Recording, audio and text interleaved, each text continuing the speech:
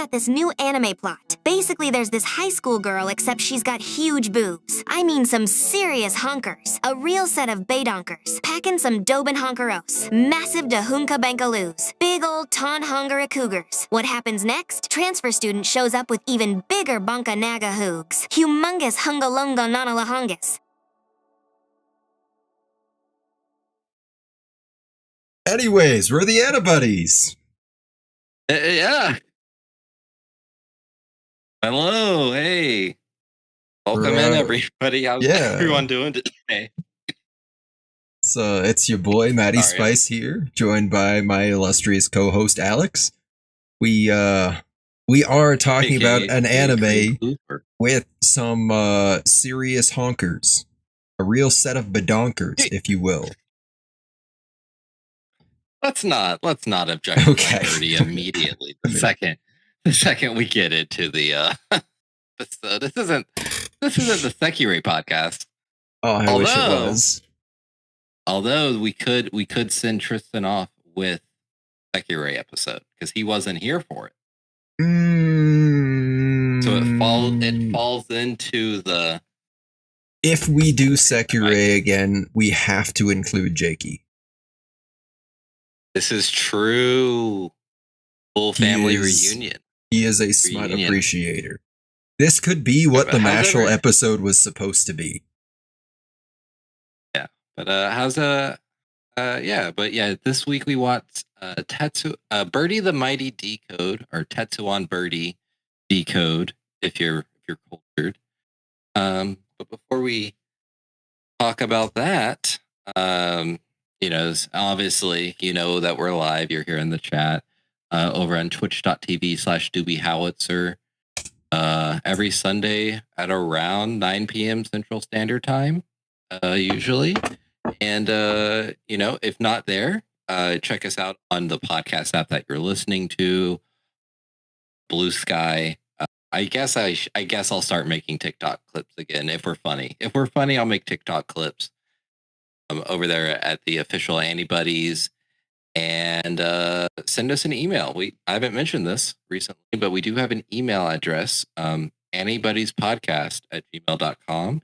Feel free to ask us any questions, comments, concerns. We have a Patreon, Antibodies, or patreon.com/Antibodies, I believe. Mm-hmm. I can double check that later in the episode. But I just wanted to say that I realize we're 3 episodes into season 6. We haven't given any plugs. How's everybody doing? How's the week been, or the 2 weeks actually, since the last official episode? Tell me. I have potentially big news.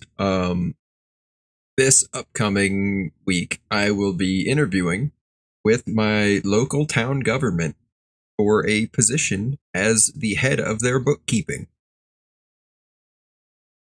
That's awesome. Yeah, believe it or not, contrary to everything I am about on podcast, on stream, I am actually a fellow with quite the reputation in my town for my quick wit and acute acumen. That sounded weird. That sounded. Look, I mean, you used it correctly. Look at you pulling out the SAT words. Big proud. Yeah. But we'll see how that goes. So, haircut, beard trim, probably like iron a shirt or something. I don't fucking know. Yeah. No, I'm nice. The mayor likes me. It's fine. Like, worst case scenario, they say, no, we're going to go a different direction. And then I have to continue my meaningless existence as not even the ass man, because they asked me to interview for that position again, like formally. And I didn't want to do any of like the official stuff. So. Yeah. Why am I interviewing for a job I already had? Well, basically, it's like, shit, dude. But, I mean, if I leave the hardware store, it doesn't really matter that I become the ass man again anyways. So True, you'll be the head man. You'll be the head of bookkeeping. I think I'd call myself the head guy. A head guy. Yeah, Okay. ass man, head guy. What a nice little ring. Ass man. Okay. It's like Captain Underpants and Dogman. Sort of. Yeah. Very cool. Very cool. What about you? Well, out here making Birdy excess noise because shooting. As for me, let's see. The last 2 weeks, what did I do? Really, the only thing like of major note. Oh, I played more Mugenics. I messaged our good secret special buddy about it because I know that he's a big fan of roguelites and this game specifically. I don't understand why you don't like it. It's complicated. It falls into the exact same category where I do not like playing this game. My experience playing this game is not a fun one most of the time. However, I mean this sincerely. These are good games. They and are. I like. Ed McMillan is so fucking good, dude. And you know what? Like, I hate to say it, but like it is a good game, and I like the challenge to it. I think that, you know, I was listening to Castle Super Beast, and Pat mentioned that you can't like get into the minutia of the pathing for the cats, and I'm like, yeah, that does fucking suck. Actually, that's like arguably the worst part of the game.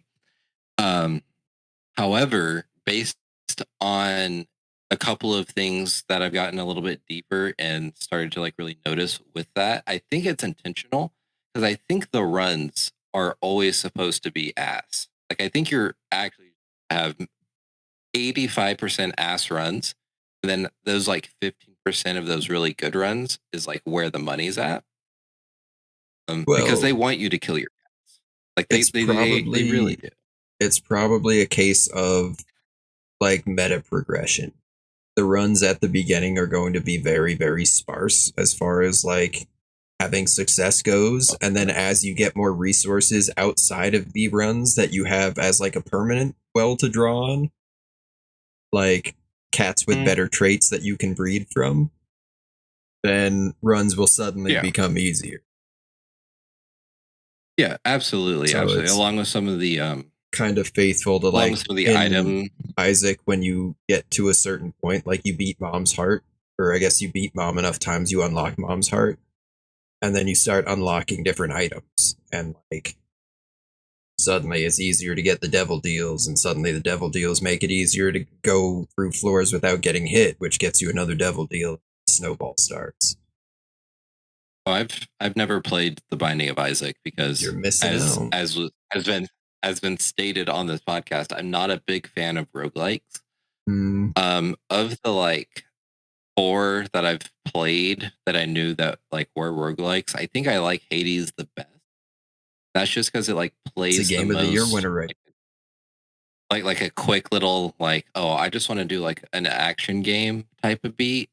So I can like hop in for like a 15-minute run and then accidentally spend 4 hours. Which has happened to me. But yeah, I don't know. It's interesting. I definitely think that it's oh yeah, you're good. Hopefully y'all are enjoying it and have had a good time. But yeah, I think the game is good. I'll probably keep playing it. Because I did unlock Act 2, and I think I got a hang of how the game's playing. I just wish I liked it. Like, that's the thing. Like, it's. I think you just need to wait for Stockholm Syndrome to set in. I don't think it's gonna set in though, because I'm like, they're like playing this. I'm just like, why am I playing this instead of just like actually playing Final Fantasy Tactics? That's what I said, but you know what? After 4 days, day 5, I asked Jacob to play Dark Souls 2. Fair. He was enjoying the Dark Souls stuff. All the Dark Souls stuff is great except for 2. Everything about 2 sucks eggs. I know. I feel like you can tell Miyazaki I said that because he agrees. That's probably true. That's probably true. But yeah, so I've been playing Eugenics. Got unlocked Act 2. I talked about it a little bit in the Discord. Fuck this game with all my heart, but the Poop Wizard build is really fun. Free mana, really like free mana. It's not even the mana. It's just how much mana you get per turn as the mage and how much poop you can make one turn. Yeah. Fuck everything else, because like on the run that really pissed me off, that like actually upset me, which like objectively I probably got a little too cocky. I should have gone home beforehand. But I made it to the final boss, suck my dick, and I almost beat it. I didn't beat it because of the shit that happened. But anyways, I had a really sick ice, like essentially a storm wizard build where I had ice, water, and electric magic. So I could essentially just like and a teleportation spell, so I could like teleport into range, do my combo, and teleport out. You were my Baldur's Gate 3 character. Yeah, I was doing really good. And then I wasn't paying attention one turn, and then everything. Well, not even fair. I didn't. It was the graveyard boss. Mm-hmm. So the one that once you get it down to 1 HP, it will take over whoever gets it down to 1 HP. Yeah, I didn't know this. So the first time that happened, it all went to shit. I lost all my cats. I was pissed. The next time that I made it back to him, same thing happened because I didn't know that it still worked with passive effect.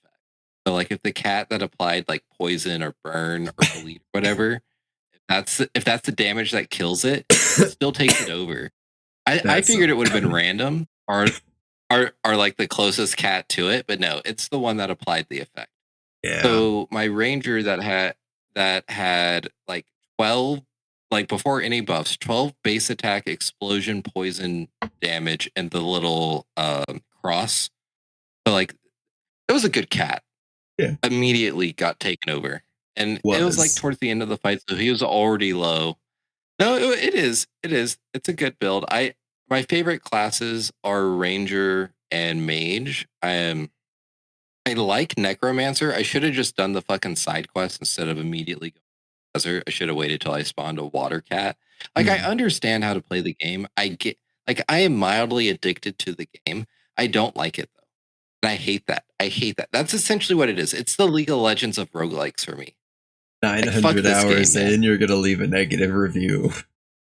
I've already left a negative review. I said I don't like roguelikes. I think I'm going to go back to that review and say, let me rephrase this. This is a good game. It scratches 900 more hours into the game, you're going to leave a new review.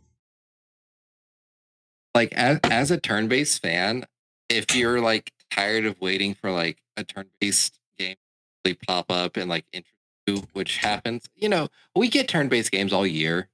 Some of which are more interesting than others, for sure. As a Dragon Quest and Persona fan, I'd be starving sometimes, but there are other games that I enjoy as well.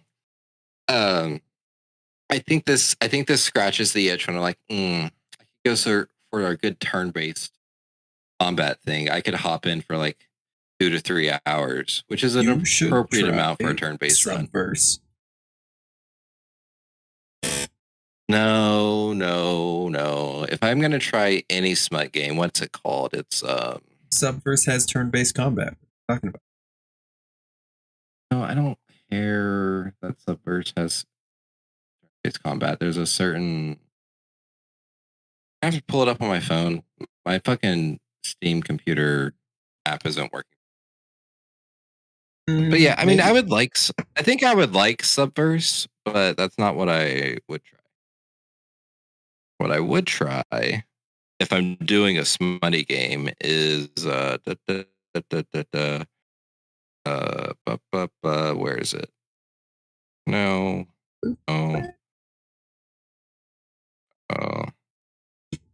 It's called Femboy Fuda House. That's the one I would do. Yeah. Everyone's just like, yeah, dude. Is it a mobile game? I think Femboy Food House is.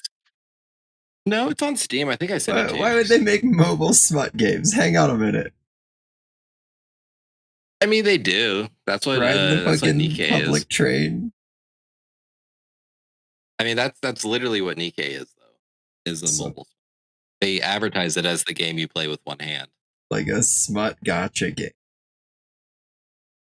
But the other game I've been playing this week, which was not a smut game, was Ori. I decided to pick back up Ori Will of the Wisp as a non-Metroidvania fan. Good game. Hard game, but good game. Very good game. I'm really enjoying my time with Ori. I am at the in Fire Shrine, essentially. So I really like what they're doing with movement here, where it's they're kind of fucking with the gravity, essentially. Best way to explain it. Obviously this game's like old, who cares about spoilers? But I just like I like the movement. I've even had to start using the D-pad instead of the stick. Yes, now you're getting massive improvement in the gameplay. Now I'm really into it. It's good shit. It's good shit. I really fuck with Ori. Depending on how I feel about the difficulty later on towards the game, because I'm over halfway through the game, based on like the Switch achievements, which you have to like look inside the game to see achievements pop. I might play the second one because that's also on the Switch. But then I'm like, do I want to play the Switch? Sure. Which, like, for these types of games, this is yeah. I mean, like I said many moons ago, like the Switch is like my like low res or like low performance JRPG, or like older, like non-intensive game machine. Really, at the end, that's what I use it for. Just because I don't like the PC until the Steam machine eventually comes out, then we'll see. We'll see what happens there, because before we really dive into the Birdy, I'm a little upset at Sony. I'm a little more upset at Microsoft, but Microsoft, at least put a Band-Aid on the boot. I mean, put a little Band-Aid. But Sony, I don't know why you shut down Bluepoint. That was 100% your fault, even if they couldn't come up with a game to do within a year. Just tell them one of the PS2 to PS3 games you want remade. Or, fuck it, say Bloodborne. Put it on the table and say you did. Well, no, you did Demon Souls. Do Bloodborne. Has to do it, man. I understand that FromSoft has to do it. I don't like Demon Souls. So like that's the big issue, I guess. Here's the thing, though. Sony owns Bloodborne. Everybody fucking wants Bloodborne at 60 FPS. Everybody loved the Bluepoint remakes of all the other classic games that they did. Whether you like Demon Souls or not, it was still highly appreciated by the Demon Souls fans. And they were like, yeah, this is a good fucking remake. It's literally just Demon Souls. I think it is. They could have done that with Bloodborne and made millions. They didn't even like visually remaster it or anything. They did, the thing, though. But people like, just want still looks people like just shit, want man. Bloodborne not on. People just want Bloodborne not on 30 FPS.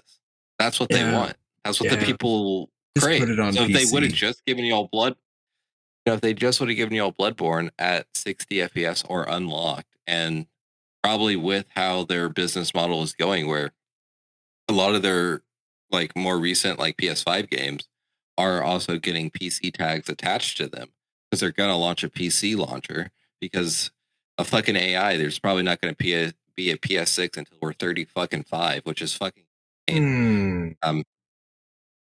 So it's Maybe a whole thing. Like they just should have done it. Like at this point, you should. It's more worth it to buy the PS5 now, because I'm not gonna play it. But GTA 6 GTA 6 is coming out. I don't know if you're gonna play it. No, fuck no. Whatever. Especially not if they're advertising it as $100 game, and then they're gonna try to say, "Oh, it's only $80." I don't think the $100 base edition is real. I mean, people have clearly bought in the $100 editions of games. I think you and I both spent $100 on Sonic Racing. Hype. What are we talking about? It's controversy to build hype, but no, I spent $70 on Sonic Racing, and that was with the season pass. Oh yeah, no, I just spent the full $100. Getting robbed on the PlayStation Store as usual. But like, my big thing is they're gonna piss on our leg and tell us it's raining. They're gonna expect us to say thank you for selling it to us for $80 when they were talking about $100, even though realistically, like, who fucking cares? I honestly think I think they would make more money this way if they sold it at $50. Yeah, I think almost they would 100%. Sell more units. Anybody with a machine that could play it would be playing it. Yeah, exactly. I think they would make objectively more money because they would sell more copies. Like they would sell enough copies for that 70% off the $50 would make more than the 70% off the $80. Yeah. I don't know. Maybe it's maybe it's just for people smarter than I am. Maybe. Yeah, and then Xbox got a new CEO that's like the most AI driven person of all time. But she does do what Xbox needs, and that is bring people to the platform and engages with the people on the platform with proper and regular communication. She's the person that got Instacart to be as big. Instacart's fucking huge. But like Xbox needs that, whether it's AI driven or not, that's, going to be up for us consumers to decide. But, I'm in for Fable and I'm in for Halo. You're going to have to sell me on everything else. That's about it. And I'm only in for the first Halo remake. If the Halo Combat Evolved remake is good, I might be in for the Halo Evolved remakes. I don't know. I mean, like, just because it's been so long, and I would like to at least try to play those with my son. I think that would be is fun. Like AI slop set. It's like I was excited for the Halo campaign Evolved. Yeah, that's the thing though. Like I already sucked the dick out of some AI slop in Expedition 33, which I know it's not AI slop. But I just don't fully trust that it was just those couple background images that they then removed post-patch. I don't believe it. There's just something about it. Because the way even playing it, I was like, this is kind of AI. This is because it felt very unreal, like very Unreal Engine to through. The way it was presented when they did the big reveal of the AI basically felt very dishonest. Yeah. So why would I give them the benefit of the doubt? Yeah, and they're not an indie game, and they know they're not I understand that they're not owned by Kepler. I understand that they're not owned by Sony, Microsoft, or Nintendo. They're not owned by Valve. I understand that they're not owned by any of the various other publishers that publish video games. But also, they got a massive amount of money from the French government and had a lot of outside contractors. Come the fuck on now. That's not an indie game. Like you can still call yourself an indie studio, but that's not an indie game. Exactly. Like you are an independent game. As you are independently owned and operated. Maybe that's what you are not indie. That is what indie means. But that's not the connotation of the word indie. Like technically, although not really. I mean, technically, Ori's kind of an indie game, though it's more of a second party game as it is Microsoft. Like Microsoft funded the game, but Moon Studio owns and operates itself. So, it's very much in that type of gray zone. Where it's like we need, kind of like the Game Awards genres need to be reworked and remixed. Like, why isn't there like a pure roguelike genre by itself? Because that's obviously a huge genre of games that people love to play. Live service should not be ongoing, because there's like an ongoing game. No Man's Sky is ongoing, but it's not live service. Yeah. Like Fortnite is also ongoing, but it is live service. Like, these are not the same types of games, even though they would fall under those categories. But I'm just an outside idiot, and I think like music, a lot of like minutia into like game genres and the diversity within them, but then there's also like the overarching genres that then some things get correctly lumped into. Like, I think Sifu is a fighting game, but it's not a fighting game in the context of when you say fighting game. You know what I mean? Like, if I said, yeah, very much. I yes. like playing fighting games, you're not gonna think Sifu. But like, no. If somebody says like, "Oh, I've played too much. I've played too much Street Fighter 6. I'm looking for something new."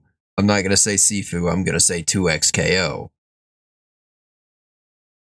Yeah, or something akin to that. Yeah, you know what I mean. So it's interesting, very interesting how deep it can go, but how shallow a lot of it just is. Just genuinely is crazy to me. Like why is there an action category, but then also an action adventure? I would have one, because like so many games have action. I'm going to need you to person action. Is it third person action? Is it cinematic? Like what's going on? Anyways, I digress. We're here to talk about Birdy. It's time to actually get it going. Gets it going. But yeah, so Birdy the Mighty was originally a manga. Well, for that, Matt, have you heard Birdy the Mighty? Sure. Why not? Sure. Why? Okay, so we're just lying? I mean, you gotta give the people what they want. That's true. The people love lying. The people do love lying. It's true. That's why they come back. Yeah. Okay. Anyways, nice. What'd you hear about it? I heard it was very progressive in an era where things were not. And I also heard that kind of it was shit from butt, and you know what? It lived up to its name. I don't know if I'd say it was shit from butt, but yeah, nice. As for me, I had watched Birdy the Mighty before. This was over 7 years ago at this point. I was just scrolling on YouTube. I was like, you know what? Instead of using Crunchyroll or High Dive, I'm going to use what God intended for me to watch anime, and that's YouTube. I was just looking up episode 251 dubbed. Yeah, I get it. Part 4. Yeah, I get it. Yep. Yeah, so I was looking for full series because like, oh, I wonder what's on here. So I just came across this. And I said, yeah, fuck it, I'll watch it. Watched season 1, really enjoyed it. Like really liked the character and one of the side characters. And then just got all the way up to the final episode of season 2, and then the playlist stopped. I have the full final episode, so I never knew how it really ended. Probably for the best. Probably for the best. And then after that, I was like, damn, I really like that. Is there Birdy the Mighty? And then I watched the 90s OVA and said, oh, I guess this is all the stuff that's afterwards or beforehand, because it's nothing that's in the show. It's a completely different part of the manga. Anyways, but yeah, it was a manga written from 2002. Oh, it ended on my birthday in 2008. Oof. Written by Yeah, Rest in Piss. Written by Masami Yuki. Mm. Have they written anything else that we made? They worked on a Pat Labor. Oh, what? No shot. No shot. He's the creator of Pat Labor? What? That's crazy, actually. If true, hold on now. Hold on now.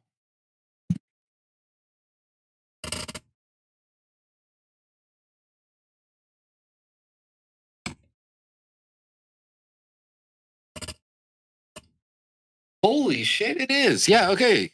Never mind. This guy's kind of got some cred. Yeah, this guy made Pat Labor. Okay. Oh. My bad, goat. My bad. Oh, hello. I am so sorry, y'all.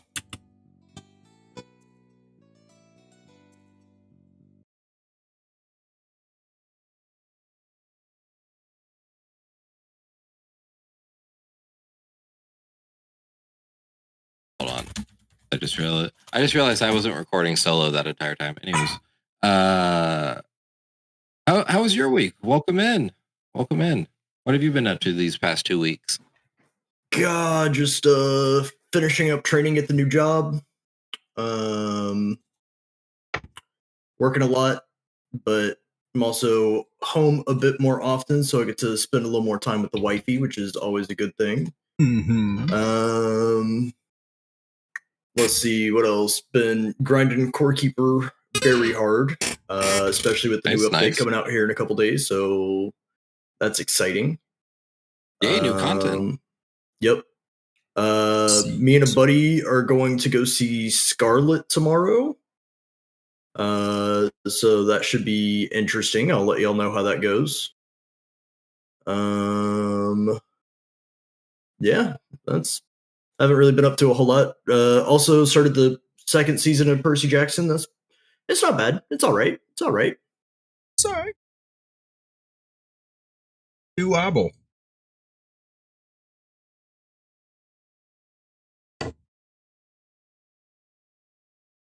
Oh shit! I have to go see Scarlet. What's Scarlet? It's the new Mamoru Hosoda movie. I actually have to go see that now. That way I can keep up every Mamoru Hosoda movie of all time. Fair. So I guess I'm taking Chloe to see that instead of fucking playing Reanimal. Good news. Reanimal, not great. Interesting. I like Reanimal. Maybe we had very different experiences. Maybe we do have different experiences because I didn't really play the Little Nightmares games that deeply. I got them on sale on the Switch when they were like $5, and I was like, "Yeah, this is all right. I get why people would like this." But yeah, I think we're about halfway through. I mean, the PlayStation says we're 11%, but I know the game's 4 fucking hours. Mm-hmm. And we might both be fucking stupid sometimes because of reasons. But there's no way we're only 11% way through the game. It might be 11% like completion as far as like achievements and collectibles. No, those are different numbers. Actually, they have a game progress bar, which is how I knew I was able to how close I was with Tsushima, and that's why I pushed through it. Even whenever it started to be a little too Sony for too long, like Tsushima should have had 5 hours shaved off it.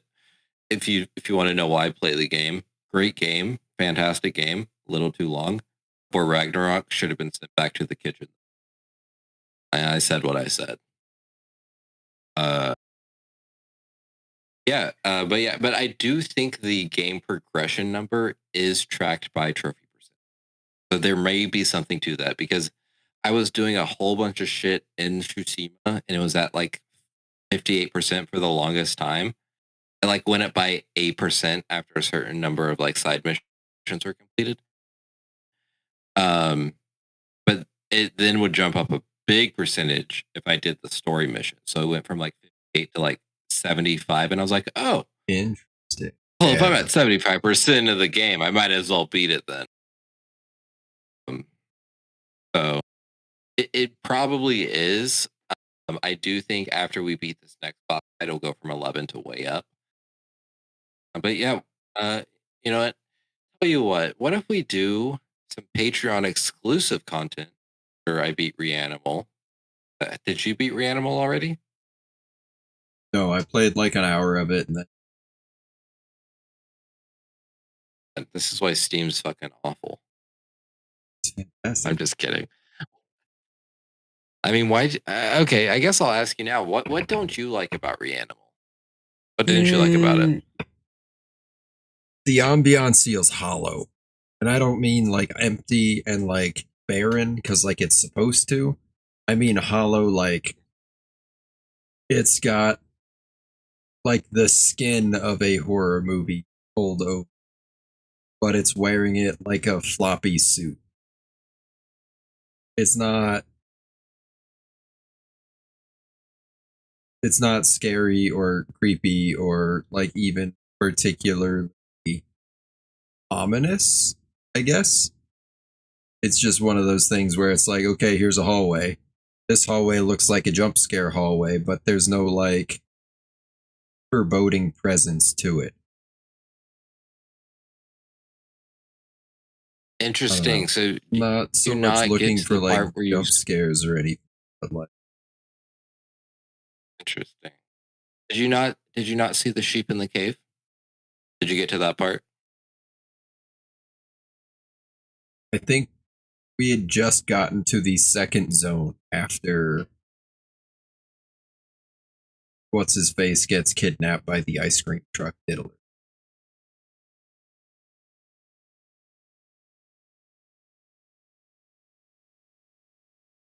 Did you beat up the ice cream truck diddler? No. See, so after you beat up the ice cream truck diddler, there's a small cutscene that introduces the foreboding presence within the game. Maybe. And then after the cinema, you go to I don't know exactly what it is, but anyways, you really get to see more of the foreboding presence and creepy enemies. It's definitely more cutesy. Like I'm not scared of the game. I think part of that's because I'm playing with someone else. But I don't even mean to be afraid of it. I mean to like, you know, like feel something coming off, I guess. Giving it like aura vibes. But like you're saying on top of that, you're saying it's hostile. Top of that, the friend pass system, the connectivity was really, really bad. It's like I don't have the greatest internet. We're playing locally, but it was dropping pretty regular. And even when it was working, it was a little choppy. I know we're playing locally and it's completely smooth. Well, yeah. Experience. Yeah, I would imagine so. Yeah, so yeah, we all of it very, very different experience. I don't know. Maybe it's just not for me. Yeah. Maybe it's your eugenics. No, because I'm not gonna play 900 hours of it. I'm not gonna play 900 hours of eugenics. I'm just gonna see what Act 2 has to offer after I get a water wizard back in the pool. Enough about video games. Let's talk about not Birdy. Yeah, Tristan. We already talked about Birdy. Our first experiences with Birdy the Mighty. How about you? What's your first experience? This is my first experience. I had never had heard of this show, never had seen this show. So I went into this completely blind. Nice, very nice. Nice. Well, guess just so you also are in the know, a little bit of background. This was made by the same person that made Pat Labor, anime about the about the mecha cops, essentially. Very popular back in the day. Has all the older Wea boomers really gets their goat going. I mean, maybe we'll watch it. Yeah, this and also the manga ended on my birthday in 2008, which is pretty cool. That's a pretty cool touch. Interesting. Okay. Yeah. So maybe this is like that soulmate theory where like you've been around your soulmate before. You just don't know it yet until you like officially meet them or whatever. Maybe it's that type of thing. It's a cosmic sort of thing. It moves to the beat of jizz.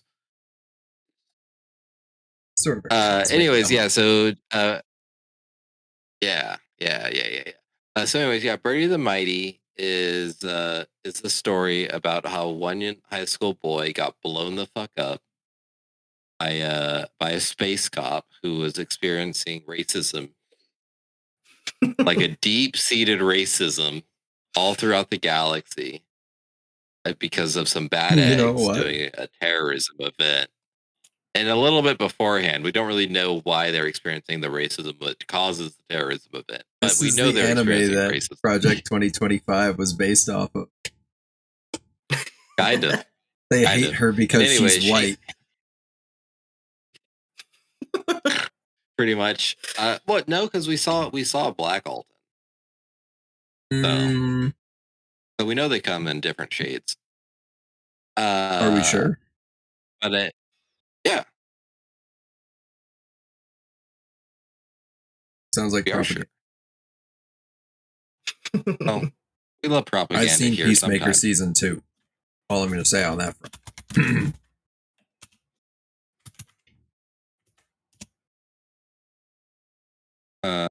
You know what? I also watched Peacemaker season. It was pretty all right. Anyways, so yeah, so she's so the first season is she's there to find the Ryunka. It's essentially a Halo ring. If you're familiar with the Halo lore, if you're not familiar with the Halo lore, it's a device that kills all sentient life.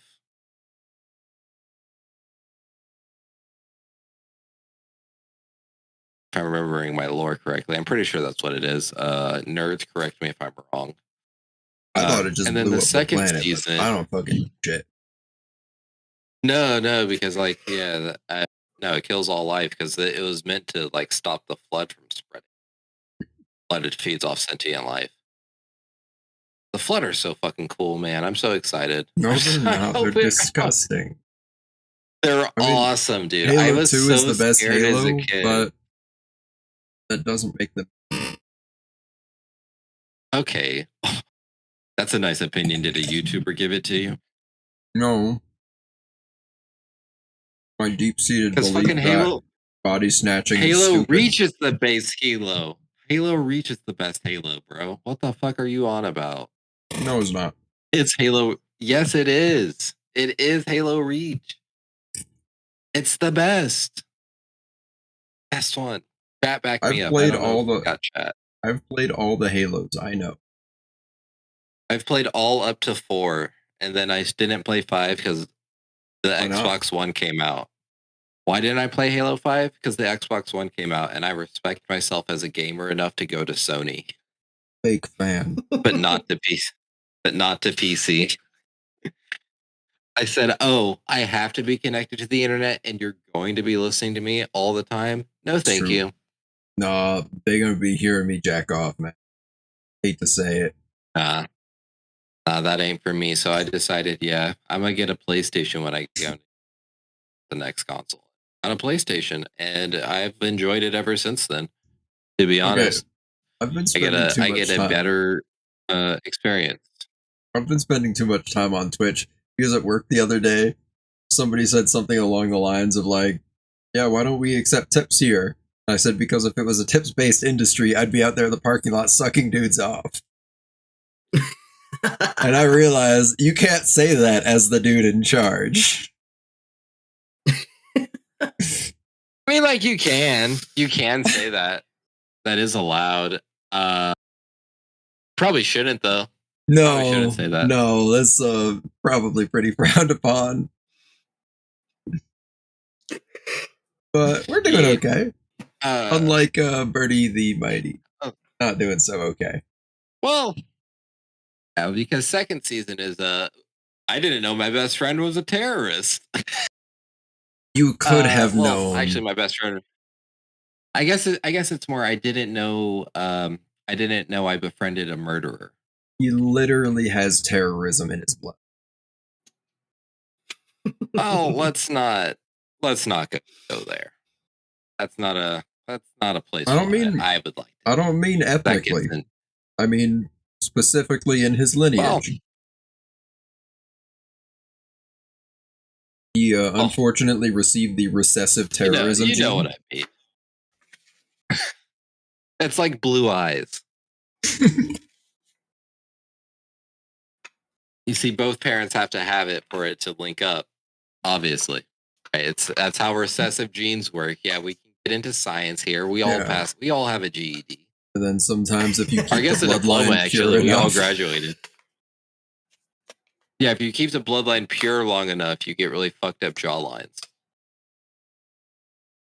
amongst other things. Maybe a kingdom. I hear you get kingdom. But we're not going to talk about the guy that got arrested. You mogging on him? We jester maxing on these hoes. Oh, is that a JoJo's reference? I have no fucking clue. March 13th, we ride.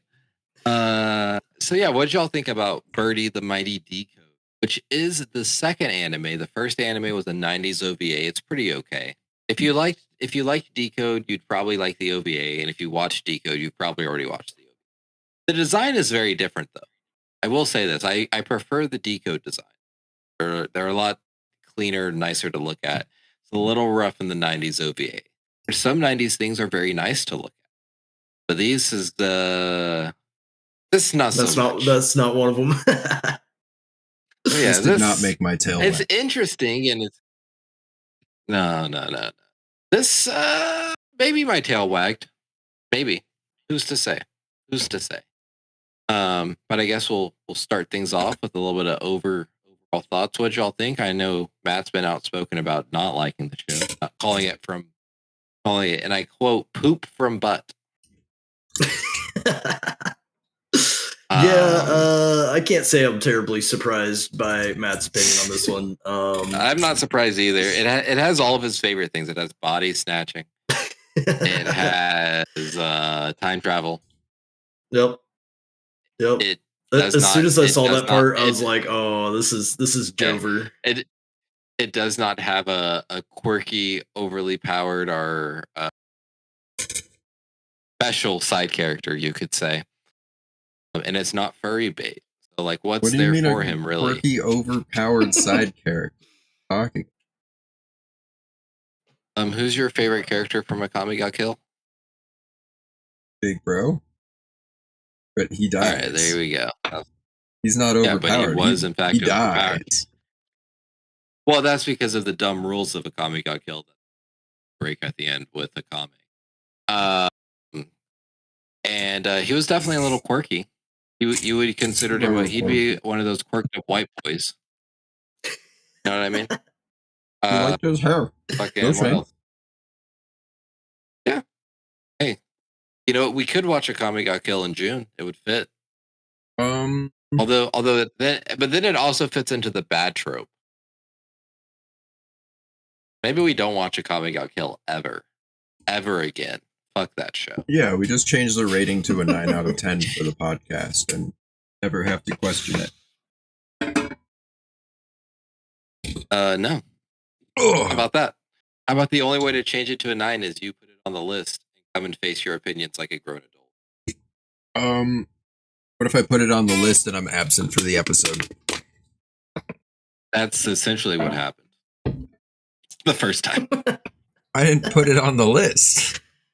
I wasn't even part of the podcast. I was just... You're right. Jacob put it on the list. I was just a silly little guy. We waited a little. We waited for you for the episode, and it's like, well, you're not coming on. so we did the episode. It's because I didn't fucking know we were recording anything. It's all right. Well, I wasn't like in the Discord or anything.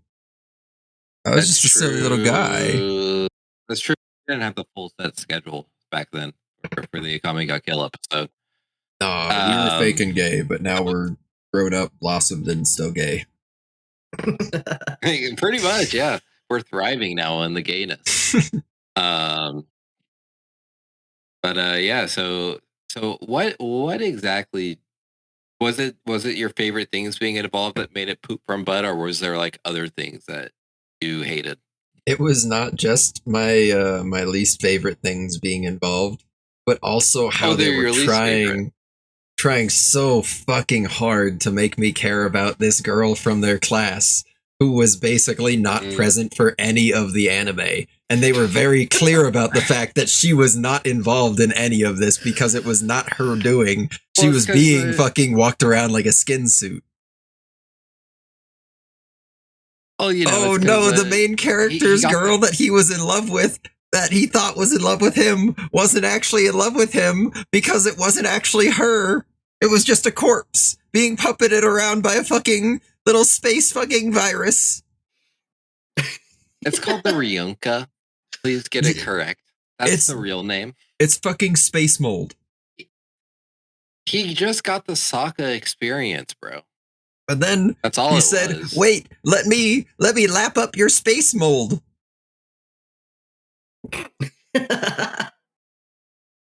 You play Subverse, you're not lapping up the space mold? No, space know mold? What?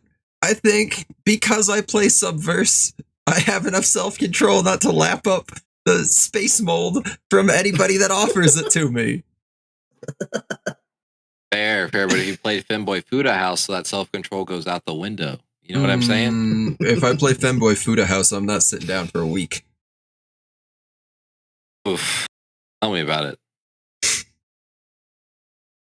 Because I'll be so excited, constantly on my feet. Yeah. Exactly. Yeah. From the Femboy Fuda House. Yeah. Yeah. 2 thumbs up. Tristan, how about those are thumbs, yeah. How about you? Something's up. Something's going up. Tristan, how about you? What are your overall thoughts? We know Matt loves this show, obviously. It's his favorite thing of all time. Probably his favorite thing since plain mashed potatoes. I'm going to begin doing hard drugs. Like on camera. You're going to witness me succumb to addiction. You're going to witness me taking my antidepressants these episodes. Well, I've got some anti-nausea medication. I've got some headache, migraine relief stuff. I've got a signed baseball from the 80s, options. Nice. Very nice, very nice. You got these options. They're all around you. Capitalism brings to us is the option of where you want to sell your data to. True. I don't even get to sell it. They just take it. It'd be nice. It would actually be nice. Sorry for the tangent. Did have a drink with an extra shot. It would be nice if when they harvested our data, we got just a little, like maybe a coupon. Like, oh, here's a coupon to a site we know you like. Like, oh, here's $5 off your next delivery. Get to make an account. Just a little something. That's the reward. But instead I get AI garbage and nothing but propaganda. That's what I get. I get a worst experience. You get all the information you could ever need to make an AI data clone of me to make it seem like it is something I didn't do on the internet. Fair trade, I fucking guess. Speaking of fair trades, Tristan, I've actually been drinking some. No. Raw milk lately. Trades or fair trades or anything like that. Nope. We're not even touching that. We're not touching that with a 10-foot pole. I saw it on TikTok we stand with the from a Tradwife account that I follow. And I just think she's got some really neat ideas about immigration. Stop, dude. Stop, man. Stop. See, we're losing. We're in real time seeing the viewers fall off. No, stop. Oh no. Everybody but Maddie left. What are we going to do? All right, Maddie's a real one. Maddie's got us. True. We love Maddie around here. I do wish that my phone battery would let me watch Maddie's streams while I was at work, even if I can't listen. But unfortunately, my phone battery is not that strong because I put it on power saver mode. You put it on audio only. You can listen to the stream. Dude, that's the thing, though. I could get away with a headphone in at work. All my managers do it, but like, I don't want to. Kind of like want to be locked in and focused. I don't know. That's just me. I like it. It's not a headphone type job. It's not a headphone type job, in my opinion. Unless it's hella dead. Like the other job, definitely a headphone job. I'm supposed to wear an earpiece for like my job or when people need me. And I'll have my earbud in the other ear, and half the time my earpiece is hanging from my like shirt collar, and people will see the earbud and be like, "Oh, is somebody calling you? Hold on, I'll give you a second." Meanwhile, I'm just sitting here like turning up the volume.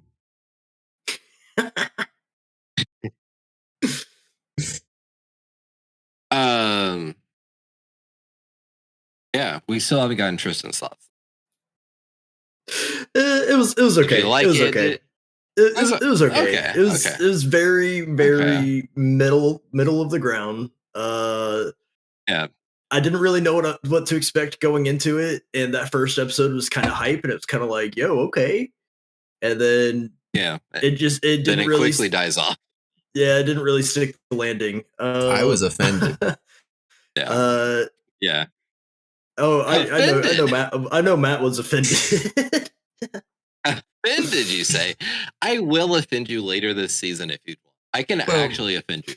Like actually unironically give you something that like I don't think you will finish and it will be okay because the premise alone is everything you hate. Well, like I'm not being like dramatic. I'm not like trying to start drama. I don't want anybody to feel any kind of way about this. But like no, it's all if chill. this anime was a baby, I would cast it into the underworld, just like Loki. I mean, that's a bit harsh. I think you'd really feel that way about the other show that I'm thinking about putting on, just as a troll pick, because like I know you'll hate it, but I think it would be funny. I think it would be funny for like me. I really like the concepts and ideas. I might be sick the show. That week, I think you never know. No, you're not allowed to be sick. What do you mean I'm not allowed? I don't. We're not doing happy shit. If there's one thing I can govern, it's my own body. Unless it's against sickness, then I'm not allowed to govern my own body. Exactly, because we're too down with it. We're rocking with the sickness.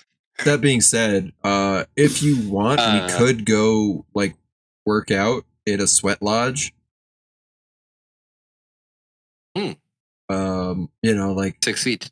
Do some really, really shitty push-ups on the bench. I'm the best at shitty push-ups, bro. There's a gold medal for shitty push-ups at the Winter Olympics. I'd win it. I got bad news. You're competing with Kid Rock. He's pretty good at them. Pretty good. I think the only thing Kid Rock takes me at is not being. I think Kid Rock is as good as I am at failing to lip sync. I bet Kid Rock has slept with more underage women than you have. Yes. Easy. That's an easy.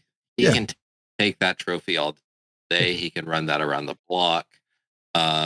He can wear that in his goofy Trump suit if he would like to the White House. As for me, I think I was correct last week whenever I told y'all that it was just slop at the end of the episode. I think I perfectly sold it as slop because it is slop. As I mentioned earlier in the episode, I did enjoy it my first go around. Talked about as to probably why the reason was on the Discord. This time around, I had a hard time. I had a real hard time watching both seasons, y'all.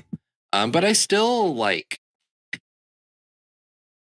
It's still a very like Alex core show, which I think would be like a fun idea. Is like each of us come up with like what our core shows would be, and kind of like talk about it.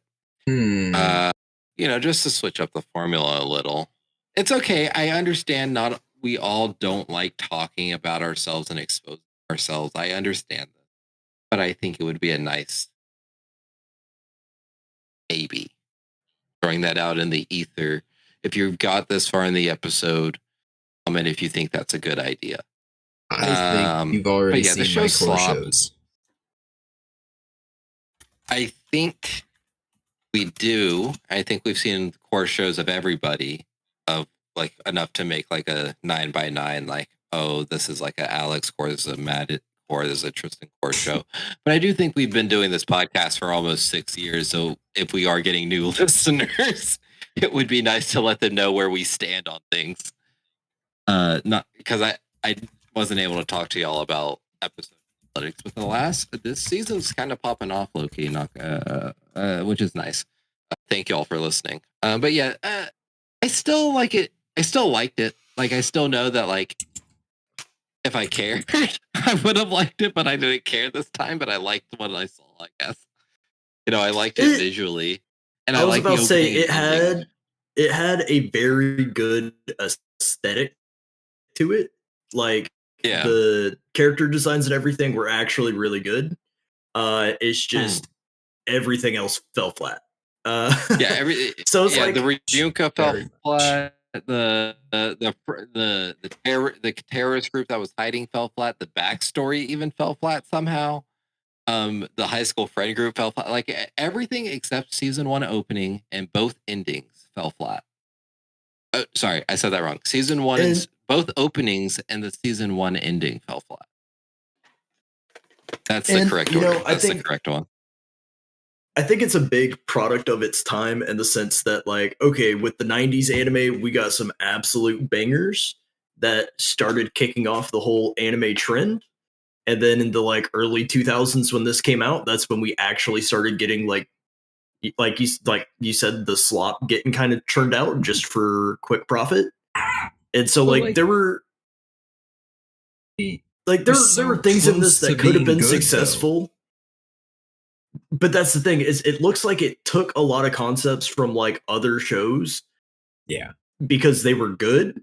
And then it just threw a bunch of them together into this show. And then it didn't execute any of them well.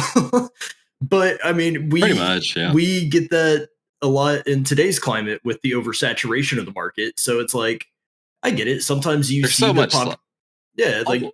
see the popular trends, you chase after them, and sometimes you do good and sometimes you don't. And this just happened to be a case of don't. Yeah, look at all the Battle Royale slop that we had. That and Isekai slop and incarnated in another world with my smartphone, with my whatever, fucking previous knowledge, fucking dad's old gun. But I'm surprised. What I'm surprised that there hasn't been another attempt at is a K-pop Demon Hunter slop. Although there's tons of K-pop slop. I was going to say it's just because they have a ton of. We haven't had enough time. What are you talking about? Yeah, I'm talking about specifically K-pop Demon Hunter styles K-pop slop. Yeah, just because that was not done by Koreans, that was done by Americans. Yeah. Well, Korean Americans, but they got what I mean. They got like an actual K-pop.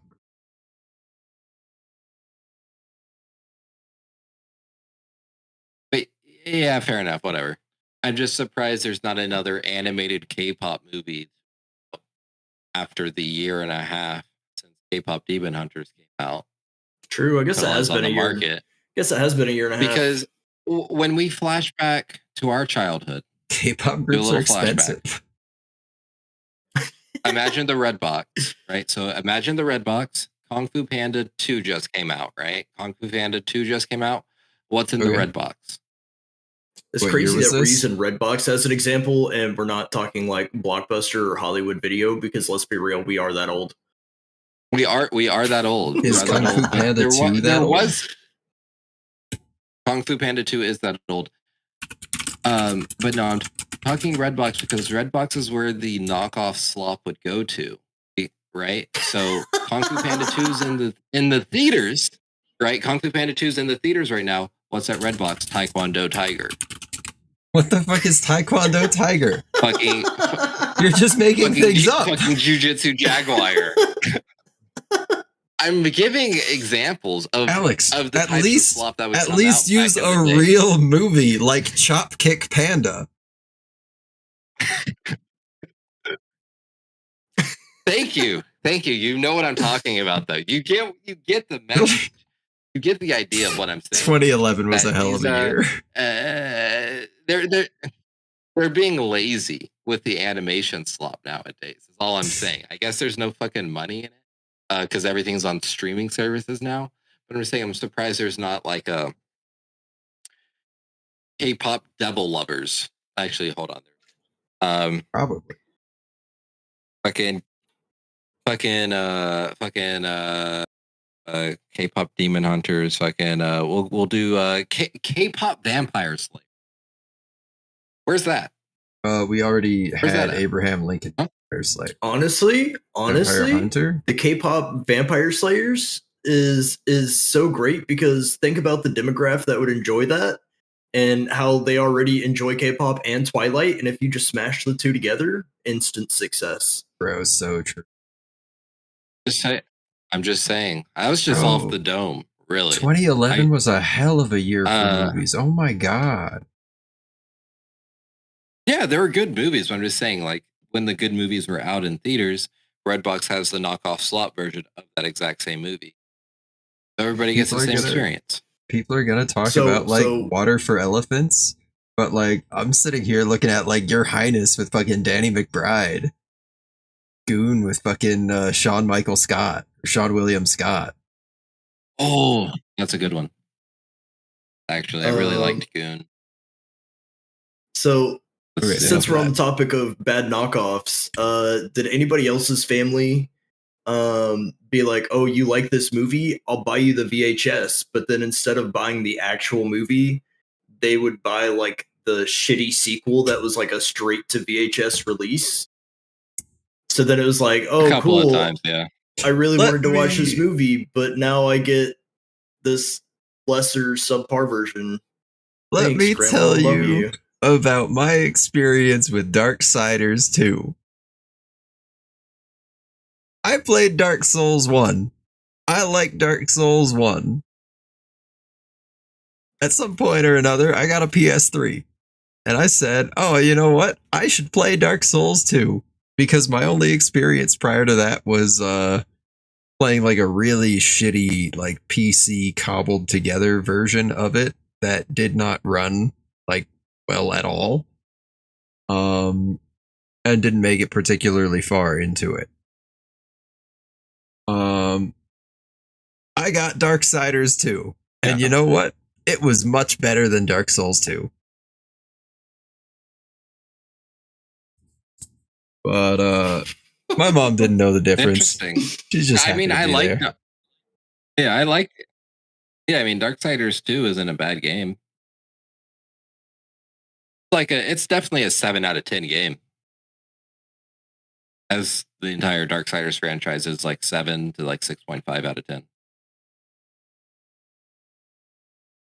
think that's a fair rating for Darksiders. I haven't played 1. I don't like that they tried to make 3 of Souls like, and then they knew that they fucked up because then they patched in classic Darksiders mode. But yeah, so we're all kind of middling on Birdy. It really is just middling 2000s slop at the end of the day. Middling isn't the right word, but like it's still not the word. You know, it's pretty middling, to be honest. Like, it's a very, like The only reason I want this remade is because I don't like that we get the whole animated story of Birdy. Is you have to watch the 90s OVA and you have to watch the series. Just fucking make one thing, please. Like just Full Metal Alchemist Brotherhood this. You already did it once. The remake was obviously better than the first time because nobody cares about the 90s OVA. Well, they kind of care because it got the manga afterwards. I didn't realize that at the time. Disagree. The manga started in 2002. Full Metal Alchemist was better.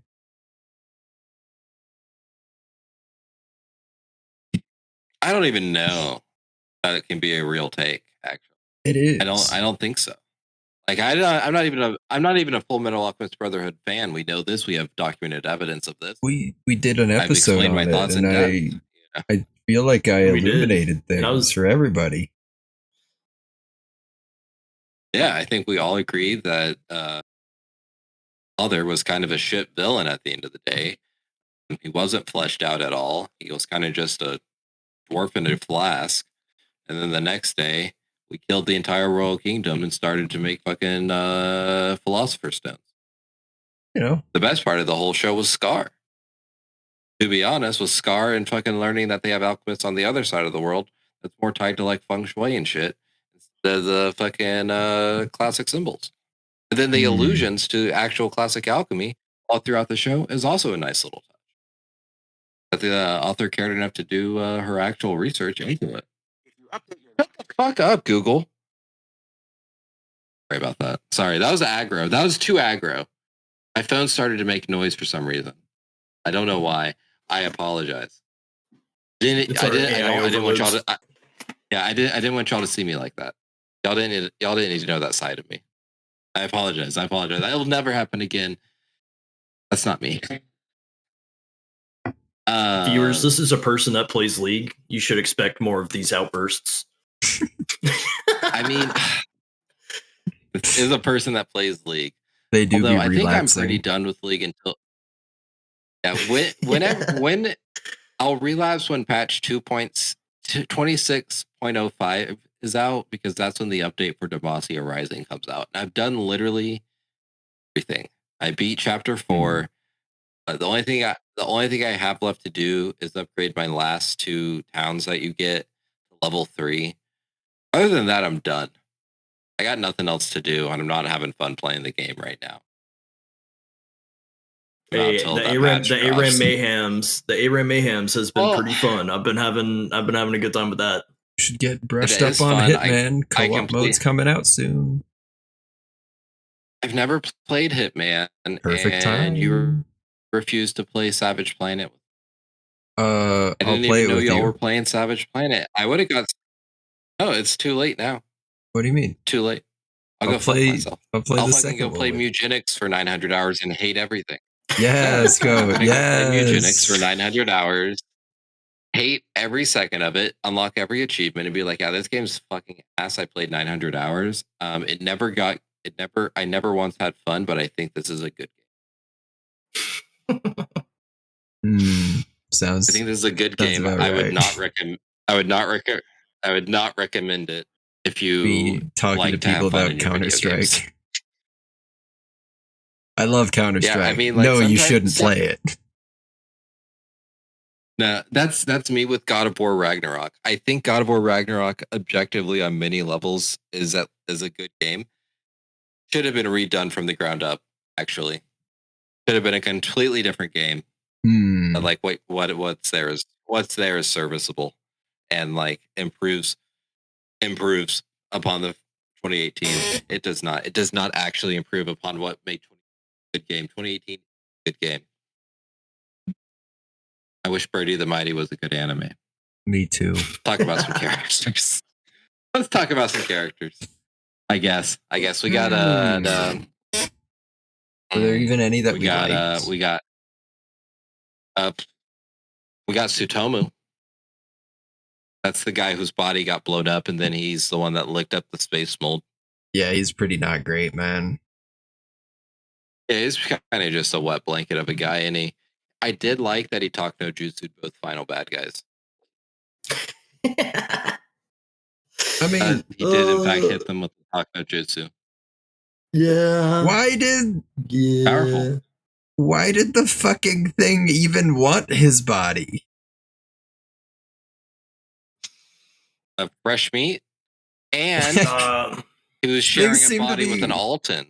No, he had just gotten his own body back. That's why she blew him up again. His original. Well, then just but fresh meat. Yeah, you're right. Why would you even want to jump ship? Things were going pretty fucking well. You were winning. Okay, see how the other side lives. You know what? Yeah, today I'm super cool with gay people, trans people, and everything. I think tomorrow I'm gonna wake up and just be like the most hardline MAGA guy. John Fetterman in your life. Actually, wait, I'm MAGA. It would be MAGA guy. But like, sorry. But yeah, that's essentially what it would be. Even outside of like the context of like, why would the alien jump ship into the main character's body for the convenience of like getting blown up again? I'm sitting here thinking like, why would the alien jump ship from the body of a very, very rich young lady to be inside of some fucking like schlub who doesn't have parents?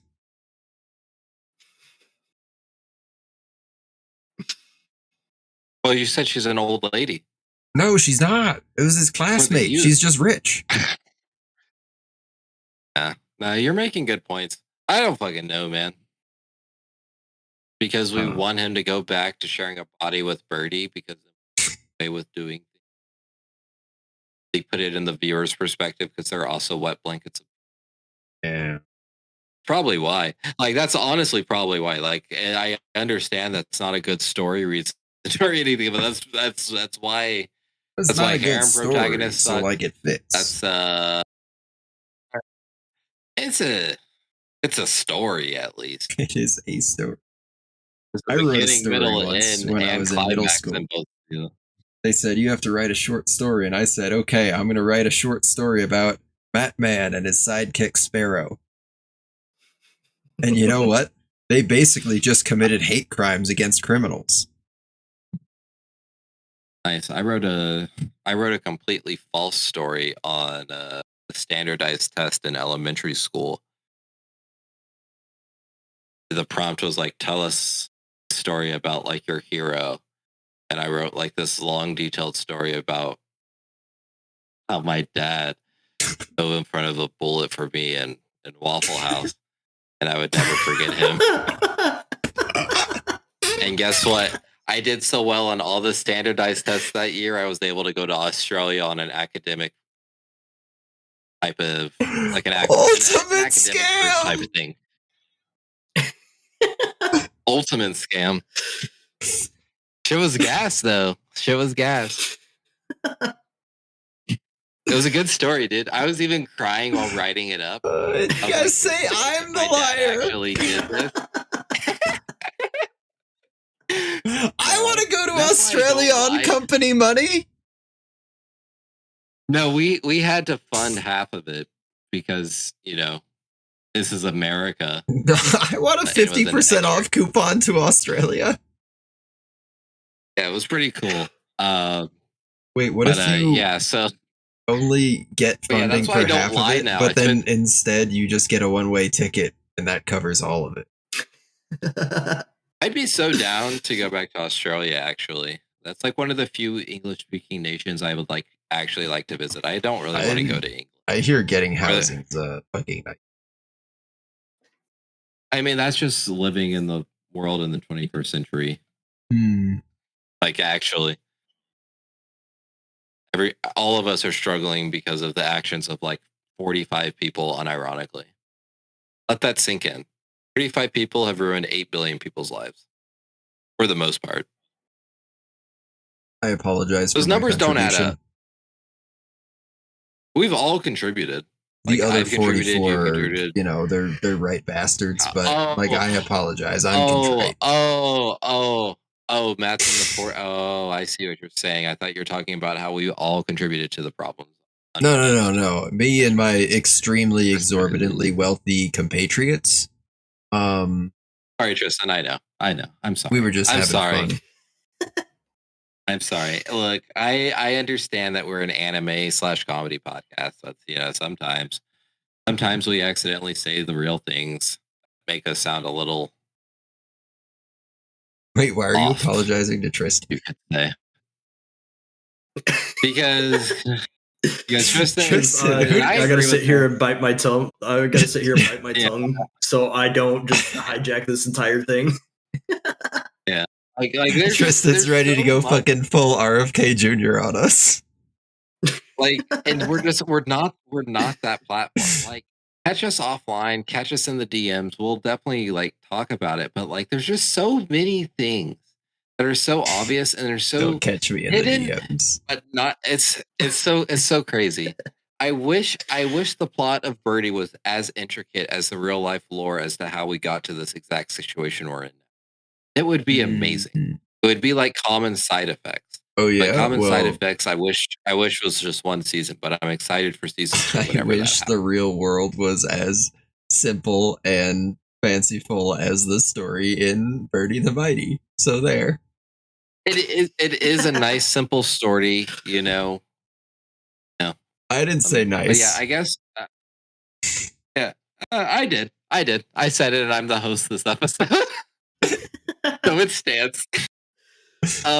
Speaking of Birdy, what did we think of one? What is it? Birdy Cephon Altera. What do we think of her?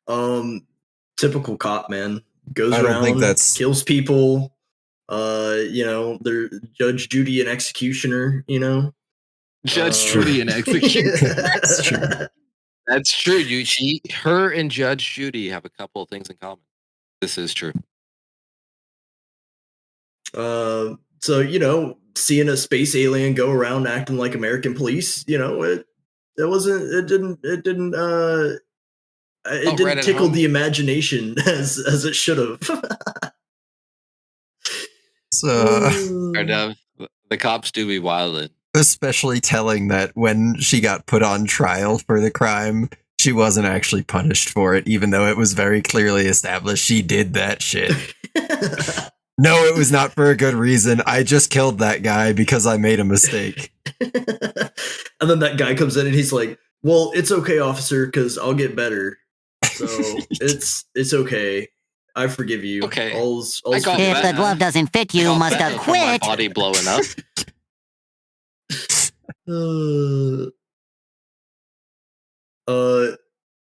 I think I know one of y'all said it. I don't remember which one, but if they stuck more with the whole space cop but undercover model thing and did that a bit more, leaned into that a little heavier, we could have gotten a pretty good something. They had the ingredients to make something good and make something fun, but instead they tried to make something serious and heavy, and it just came out like stupid.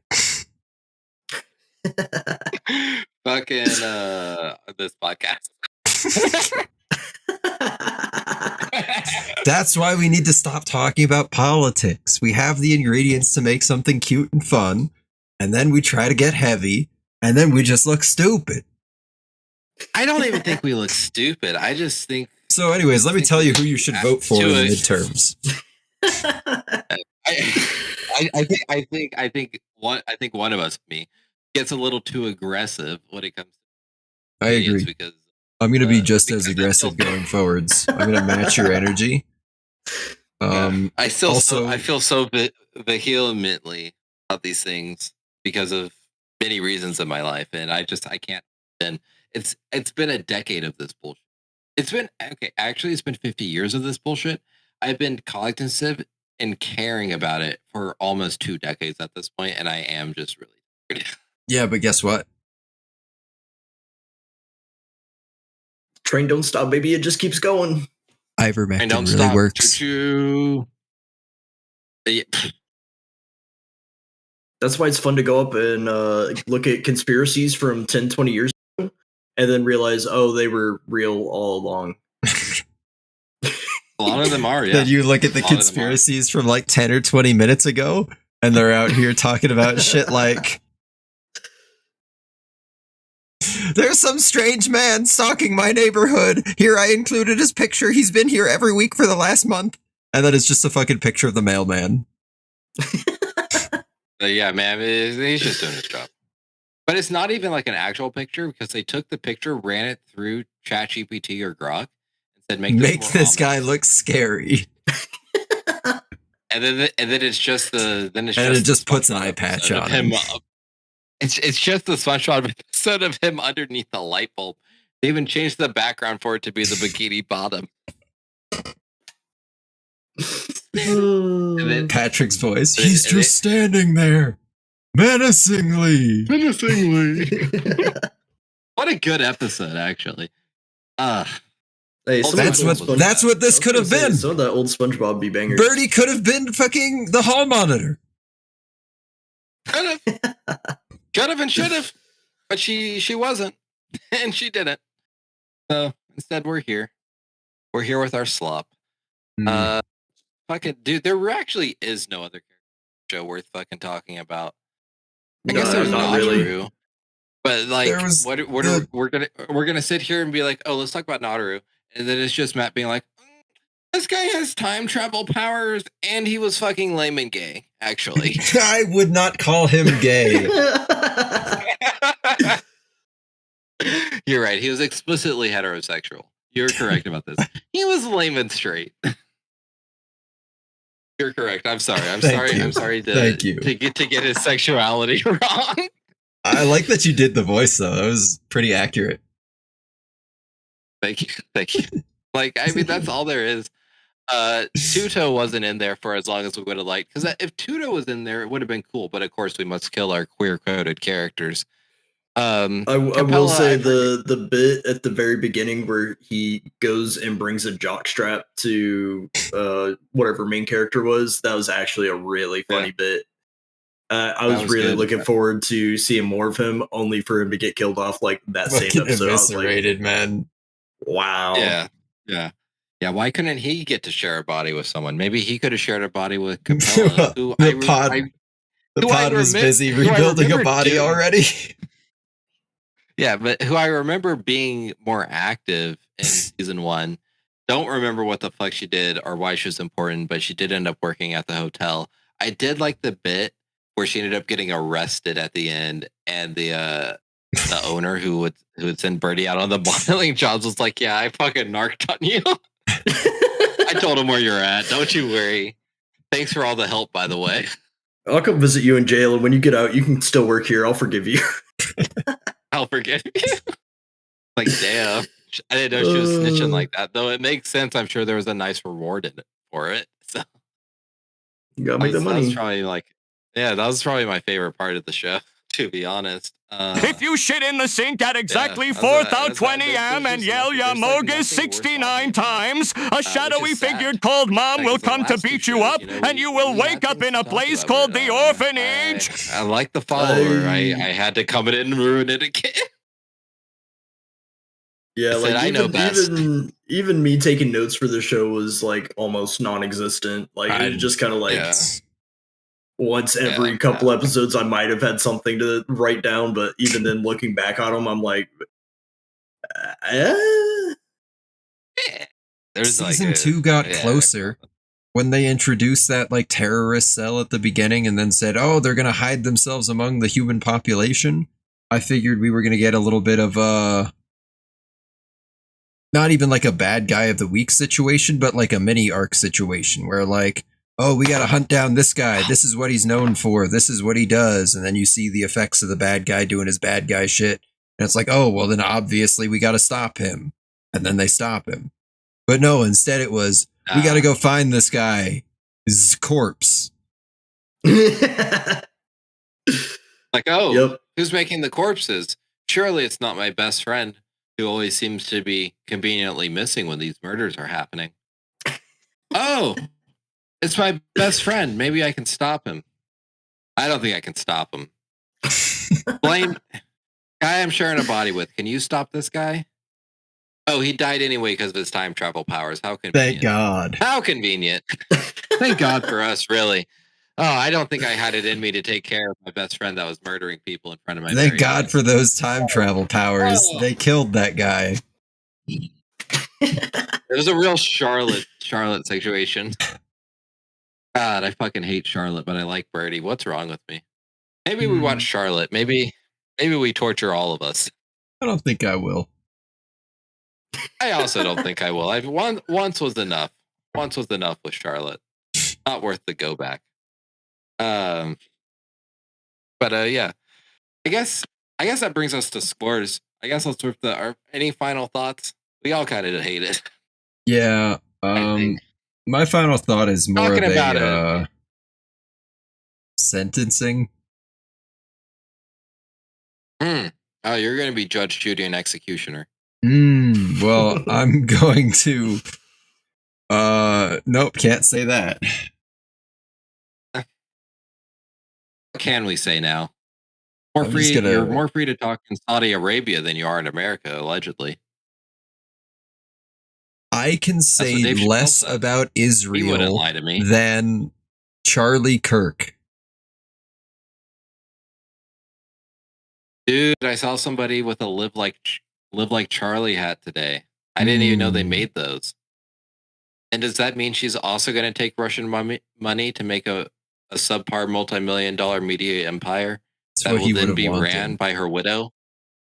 It's what she would have wanted. All I'm saying is she's living her best life since he got.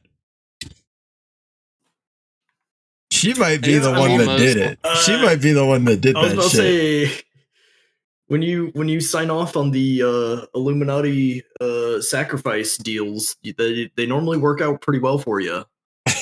All I'm gonna say is that learning about her ties to certain people and certain events and her not being allowed in certain places. Oh, 9/11? Sure, let's go with 9/11. Yeah, she can't fly on the plane because of 9/11.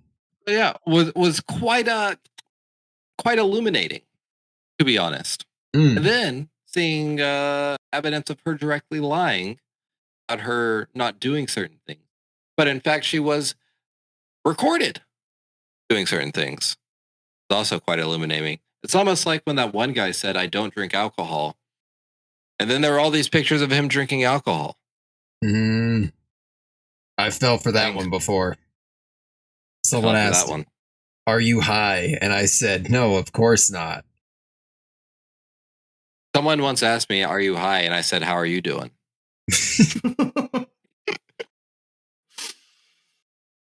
So, it's kind of like Reanimal, different experiences. Yeah. Speaking of things that are high, let's put some scores on this episode. Yeah, this is going to be our highest rated show since Rakugo Shinju. Sure enough. Since Rakugo Shinju 2 weeks ago. Yep. And like Rakugo Shinju, we got 2 seasons. 2 seasons of greatness. So we got 2 seasons of greatness. Talking about Rakugo. Oh yeah. What did I guess season 1 we'll start with Matt first. We'll get the highest one out of the way. We're all anticipating it. I'm predicting this is going to be Matt's single 11. Say that one more time. One more time. Let's get what out of the way? Yeah.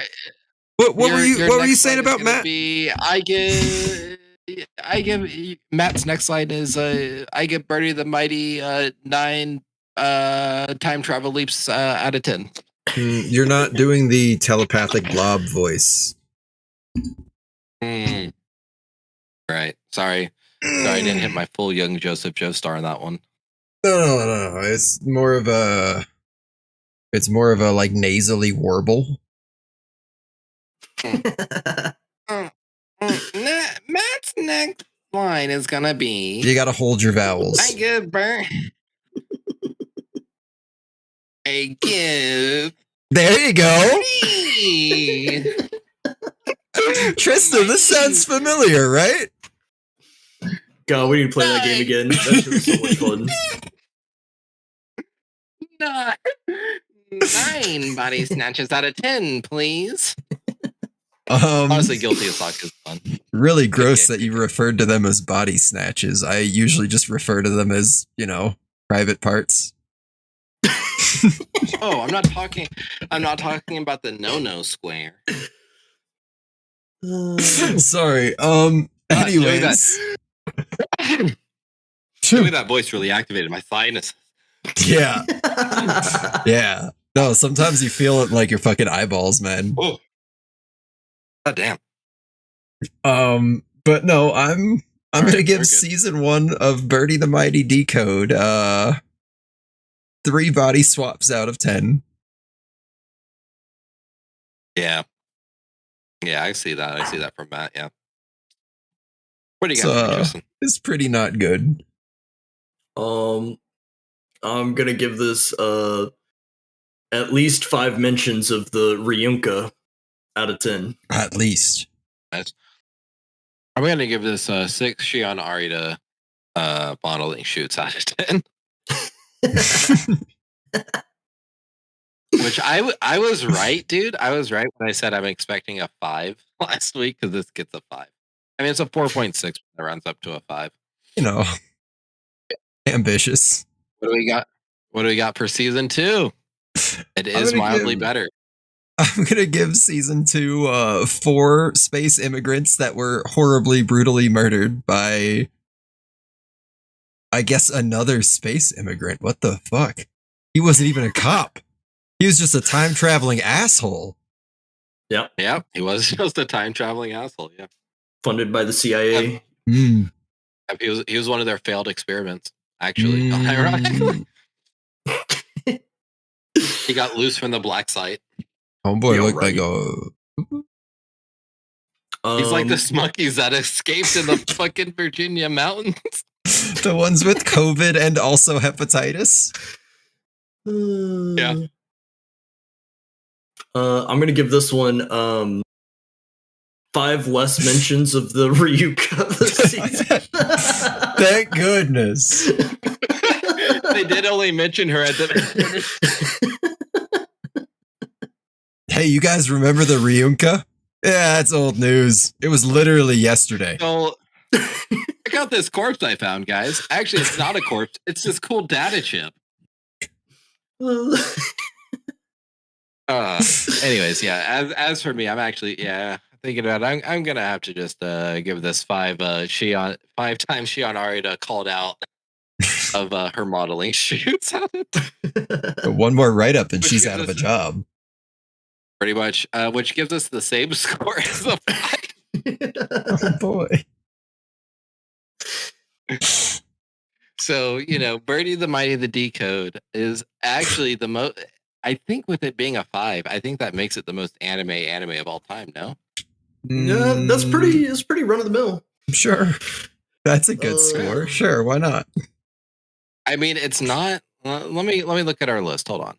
I think you need at least a 6 to get your degree. You need so it doesn't get the degree. Are we gonna do recommendations? Yeah, we do recommendations. Hold on, I'm looking at our 5s. All right, so the animes that we have at a 5 are Infinite Stratos, Peak, the seven Deadly Sins. Not good. And what the fuck is this? Or sorry, not the 7 Deadly Sins. The 7 Mortal Sins. Yeah. 7 Mortal Sins. Yeah. And then Evidence in Shadow season 2. So it's in good company. Oh, sorry. We have Rosario plus Vampire and Paradise Kiss too. Good company. These are all anime. Yeah. Yeah. Everything but Infinite Stratos on that list is mid as fuck. Infinite Stratos is pretty mid. What do you mean? It had the greatest payoff ever. That's headcanon. We know the light novels continue. We watched it to completion, and very completed it was. Yeah, I can agree. I can, in fact, agree with this. It's like in Game of Thrones when Jon Snow fucking dies. That's a spoiler. But yeah, Jon Snow does fucking decade. die. Yeah, well, people are still catching up to it. People are still watching Sopranos and Breaking Bad for the first time. True. Although I will say, believe me if Game I of never Thrones watched spoilers. Breaking Bad past like season 3. Would you believe me if I told you I've never watched Breaking Bad? Okay. I'm gonna put it on the list. The type, to be honest. We're gonna watch Breaking It's Bad not for an anime. non-anime April. I guess we could watch Breaking Bad for non-anime April. We're gonna watch it for the entire month of April. For 1 month, we're gonna be a Breaking Bad podcast. The viewership would go. Bro, actual. It would go. It's been over for like 10 years and motherfuckers would still be dropping in like, oh, I'm so interested to hear what they have to say about Breaking Bad. Oh, wow, this is their first time watching the show? They don't know fuck and or shit about Breaking Bad. That's not true. I know. Can't wait to tune in next week so I can leave more hate mail. I know everybody hates Skylar because she actually loves her husband and doesn't want him to sell drugs. What do you mean? She cheats on him. But Tristan is right. We do like recommendations. Now, for those of you that may like Birdy, or you've had to listen to this, we hardly talked about it because we didn't want it to. Thanks. There really wasn't much to talk about, in our opinion. We did watch the show, though. Some of it. I mean, for me, I watched it twice. But it is. I wish that the show was as good as I remembered, but what I said in the Discord. Yeah, this is a real Grand Crest stanky. No, you know why it's not a Grand Crest? Watch an awkward. Then I wasn't. I disagree. Then I didn't have the rug pulled out from under me at the last episode. Actually, because it's actually just our world, because our world ended and ended up creating the power system for this. When this world ends, it's going to create the cycle and make our world again. When the never-ending Ouroboros of shit worlds. When the space mold forced the underage girl to kiss the boy, who she had no inclination of any romance or even like knowledge of, on her own, under her own power, that felt like it was space sexual assault.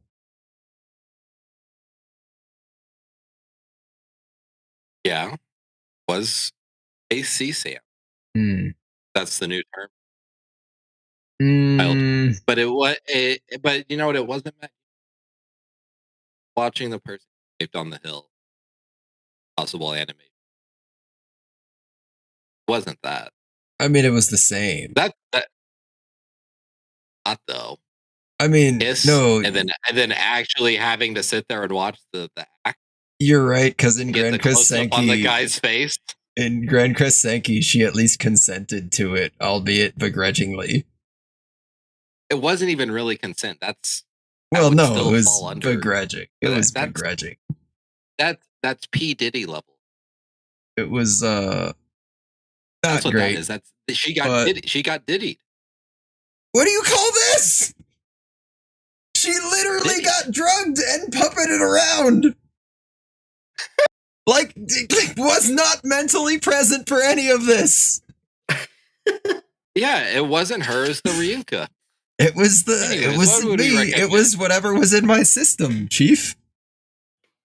No, what I said last night wasn't me. It was my twin brother you've never met and I've never Not NyQuil. Ambien. It was the Ambien. It was the Benadryl demon. It was the Benadryl demon. You've heard of sleep paralysis demon? How about sleep aid demon? My sleep paralysis demon is Jimmy Carter. This is my sleep paralysis demon. It just sits there on my fucking chest in the middle of the night. I move around too much. But yeah, let's do recommendations and get out of here. What are we doing?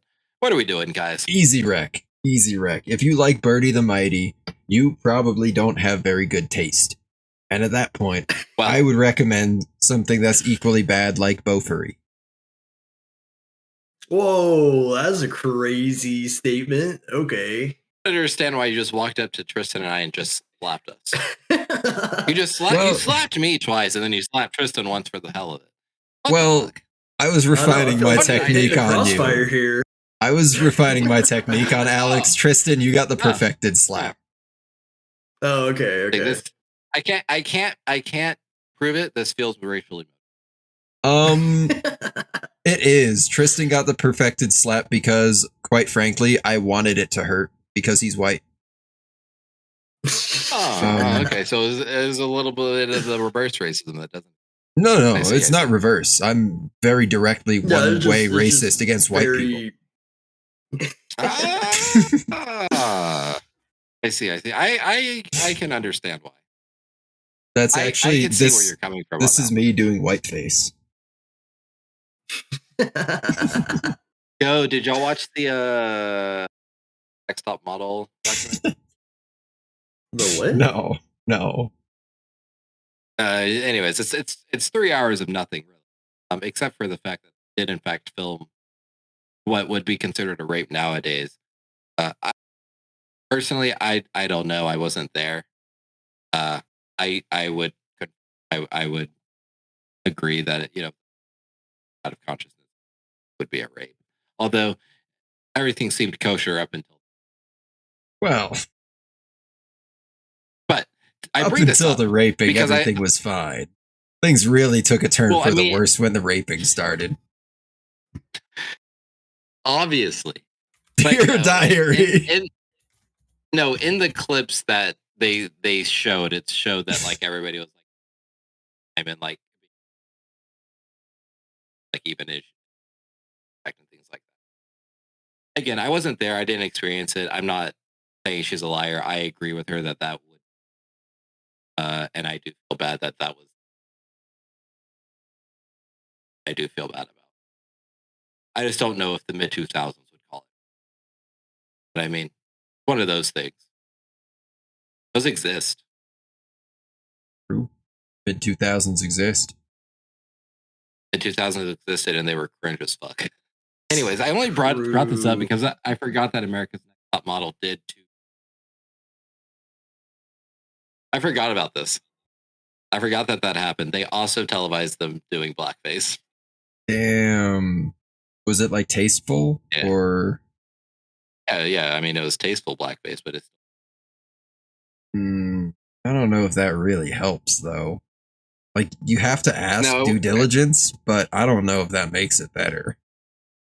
It doesn't because they didn't do it in the Tropic Thunder way, where it was to like cinematic. But wouldn't it be fun to like make one girl an African queen and make the African queen Indian woman and Chinese person the Latin person like Asian or something? Wouldn't that be fun and quirky? Then wouldn't it be fun for the second go around? We make them all dual, so like they have like a different race, but then the ethnicity. Guys, what But they if would we be just like- put on race wars in our pageant? Essentially, that's what they did. Yeah. And I was like, that's fucking crazy. People are not That even smart. that I don't know how people even get that these wasn't jobs. okay back then. Cocaine. I should start doing Cocaine cocaine. being on the list. I should get in the Epstein Be files. cocaine. Then you'd have to be the time travel guy. But you know what? I'd have a pretty sweet job. What do you would do have- for a living? Oh, I organize You'd be- race wars for pageant shows. You know. What? Oh, sorry. I work for Miss Universe. Oh. You're never going to believe That's this. awesome. Yeah. Okay, so Matt would recommend both for each. Tristan, what would you recommend? I've been watching Outlaw Star recently, and Oh, really? that kind of fits the vibes, and I feel like Nice. kind of pulls it That's off a also bit slop. better. Yeah, it's something all right, but it's something a little better than this. So Yeah. Even from the little bit I've seen, it Okay, yeah.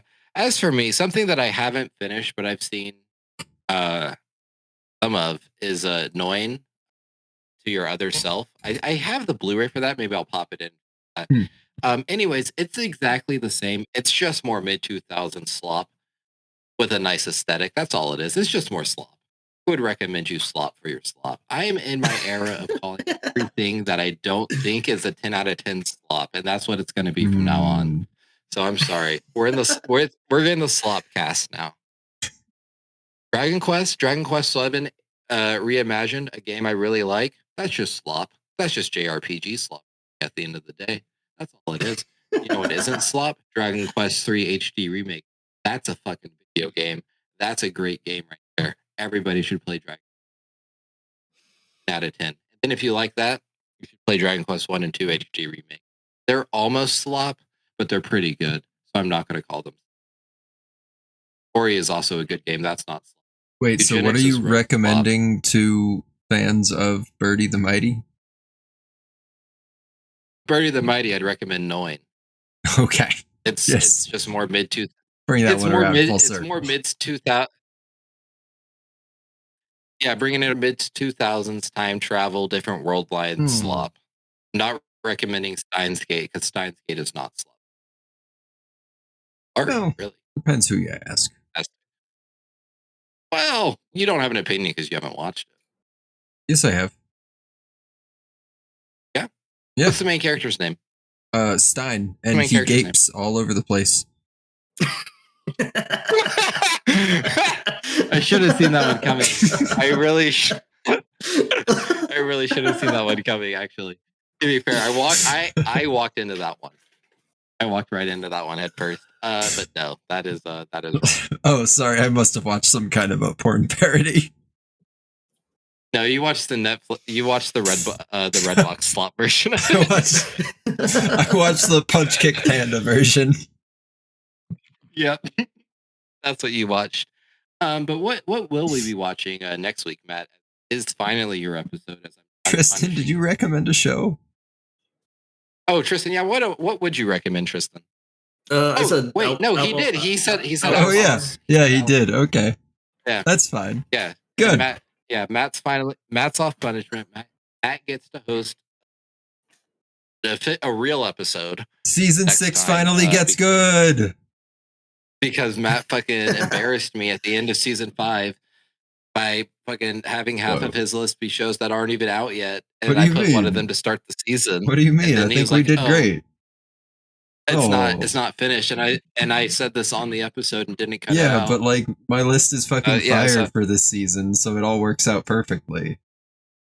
I don't know, Matt. You have a certain show on here that like I might be sick that week.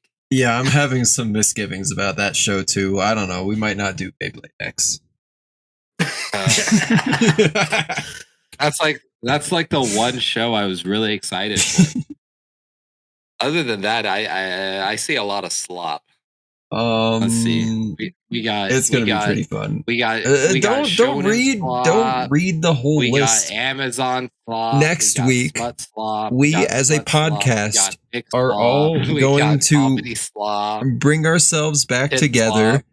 We're going to knit ourselves some cozy sweaters. We're gonna put on our Ariana Grande sleeves, and we're gonna have a nice, peaceful time watching Witch Watch. It's going to be like slop. A little cute, a little funny. Not a whole heck of a lot's going to happen. I apologize in advance for those of you seeking a thrill. But why would you do this to me? It's going to be about childhood friends, not just reconnecting after years apart. It's going to be about childhood friends finding themselves together. You're making me fucking watch fucking Slice of Life. After what you just made us watch, you don't get to complain. I should have left your ass on punishment, dude. You can give Witch Watch a 3 if you want, but you know what? It will not do any more damage than Birdy the Mighty did. Birdy the Mighty was a perfectly reasonable slop anime. Birdy the Mighty was Grand Crest Senki with a sci-fi twist instead of a fantasy twist. What are you talking about? Grand Trust Sanctum ended up being sci-fi. I said what I said. It ended up being sci-fi. What are you on? Because I want to be on that, so I can also not know the fact. I'll show you what I'm on. I also don't. Ugh.